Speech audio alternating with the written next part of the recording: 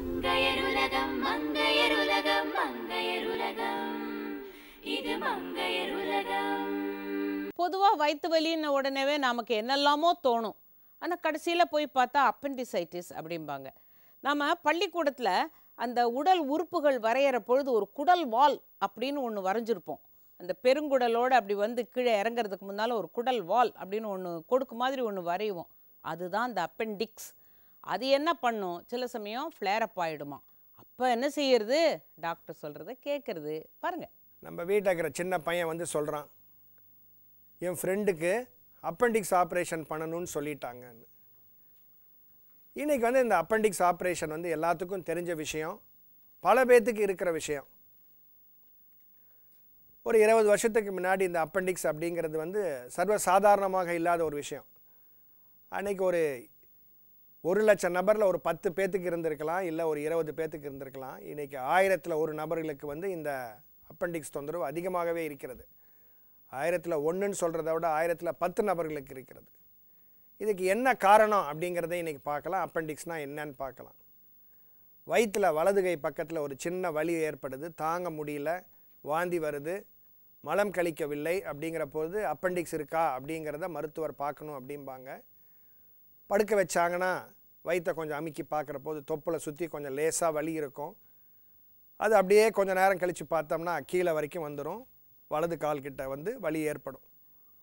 அது முக்கியமான ஒரு உறுப்பு அந்த இடத்துல, அப்பெண்டிக்ஸ். இது இன்றைக்கி ஒரு வளர்ந்த மனிதனுக்கு குழந்தை பருவத்தில் வந்து அந்த அப்பெண்டிக்ஸ் அப்படிங்கிறது ஜீரணிக்கக்கூடிய பொருள்களை வந்து சுரக்கிற ஒரு முக்கியமான ஒரு உறுப்பு. ஆனால் பிறந்த குழந்தைக்கு அப்புறம் ஒரு 6 மாதத்துக்கு அப்புறம் இது தேவையில்லாத ஒரு உறுப்பு உடம்பில். அந்த உறுப்பை வெளியே எடுக்க முடியாத காரணத்தினால அது அப்படியே இருந்து போகிறது. பெருங்குடலும் சிறுங்குடலும் சேர்கிற இடத்துல அது ஒரு சின்னதாக ஒரு வால் அப்படிம்பாங்க, குடல் வால் அப்படிம்பாங்க, எல்லாத்துக்கும் புரிஞ்சுக்கிறதுக்காக. எந்த நேரத்தில் இது பிரச்சனை ஆகிறது அப்படிங்கிறத நம்ம பார்க்கலாம். சில நபர்களுக்கு வெளிக்கு போகிறது தன்மை கொஞ்சம் குறைஞ்சிருக்கும்.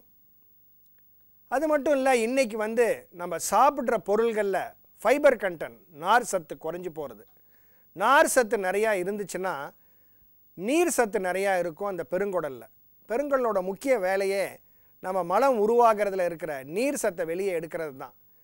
அந்த மாதிரி செல்லுலோஸ் அப்படிங்கிறதோ இல்லை இந்த ஃபைபர் நார் சத்து இல்லாத ஆகாரம் இன்றைக்கி வந்து நிறையா உட்கொள்கிற போது அந்த மலம் இறுகி போகிறது. இறுகி இறுகி மலம் வந்து கொஞ்சம் மலம் போயிருக்கும், கொஞ்சம் மலம் சேர்ந்து இருந்திருக்கும்.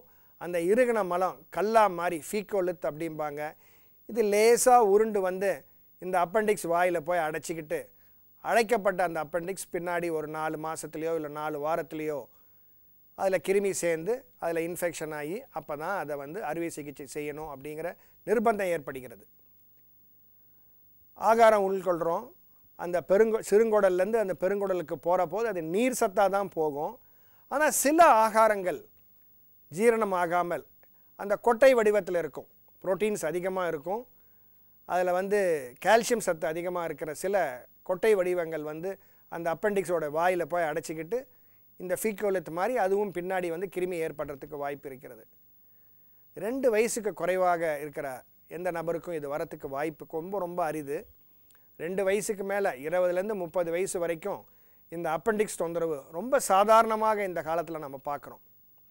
அது சாப்பாட்டோடைய மாற்றங்கள், நீர் சத்து இல்லாத சாப்பாடு சாப்பிட்றதுனால இந்த பிரச்சனை ஏற்படுறதுக்கு வாய்ப்பு இருக்கிறது.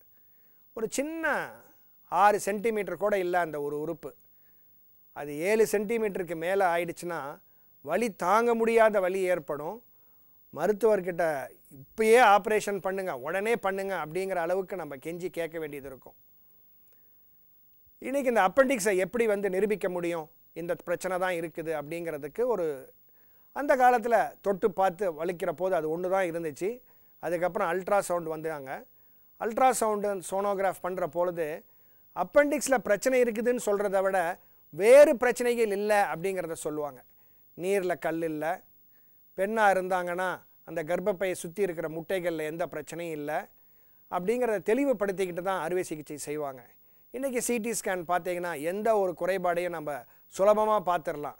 7 சென்டிமீட்டருக்கு மேலே அந்த அப்பெண்டிக்ஸை மெஷர் பண்ணி பார்த்தாங்கன்னா இது அப்பெண்டிக்ஸ் தொந்தரவாயிடுச்சு, அதை சுற்றி நீர் சேர்ந்துருக்குது அப்படிங்கிற பொழுது உடனடியாக அது அறுவை சிகிச்சை செய்யணும் அப்படிங்கிறத செஞ்சுருவாங்க. இந்த அறுவை சிகிச்சையிலையும் அந்த காலத்தில் ஒரு சின்னதாக வலதுகை பக்கம் ஒரு சின்ன ஓட்டை போட்டு அந்த அறுவை சிகிச்சை எடுத்து போடுவாங்க. இன்றைக்கி எல்லாத்துக்கும் தெரிஞ்சிருக்கும், அந்த லேப்ரோஸ்கோப், ஒரு வயிற்றில் 2-3 இடத்துல ஒரு சின்ன ஓட்டை போட்டு ஒரு டியூப்பை போட்டு அந்த அப்பெண்டிக்ஸை எடுத்து வெளியே தூக்கி போட்டுருவாங்க. 3 நாளில் மீண்டும் உங்கள் பழைய வேலையை செய்ய போய்க்கலாம். சாதாரண ஒரு தேவையில்லாத ஒரு உறுப்பு இன்றைக்கி நம்மளுடைய வாழ்க்கை தரம் மாறி வேகமாக உணவுகள் சாப்பிட்றதும், நீர் சத்து குறைவான உணவுகள் சாப்பிட்றதுனாலையும், ஃபைபர் கண்டென்ட் நார் சத்துக்கள் இல்லாத உணவுப் பொருட்கள் சாப்பிட்ற பொழுதும் இந்த அப்பெண்டிக்ஸ் தொந்தரவு அதிகமாக வரத்துக்கு வாய்ப்பு ஏற்படுகிறது. நம்ம ஆகாரத்தை இதுக்காக நினச்சி பார்ப்பினாலும் தண்ணி சத்து நிறையா குடிக்கிறதுனாலையும், அந்த ஃபைபர் கண்டென்ட் நார் சத்து அதிகமான பொருள்கள் உள்ள பல வகைகளை சாப்பிட்றதுனாலையும் இந்த தொந்தரவுலேருந்தே நம்மளை விடுபடலாம். அதே போல் மலச்சிக்கல்லிருந்து நம்மளை விடுபடலாம். அப்பெண்டிக்ஸ் ஒரு பிரச்சனையான ஒரு உறுப்பு. நம்மளோடைய வாழ்க்கை தரத்தினாலேயும் நம்மளோட உணவு வகையாலையும் இதை சீராக செய்து சிறப்பாக வாழ்வோம்.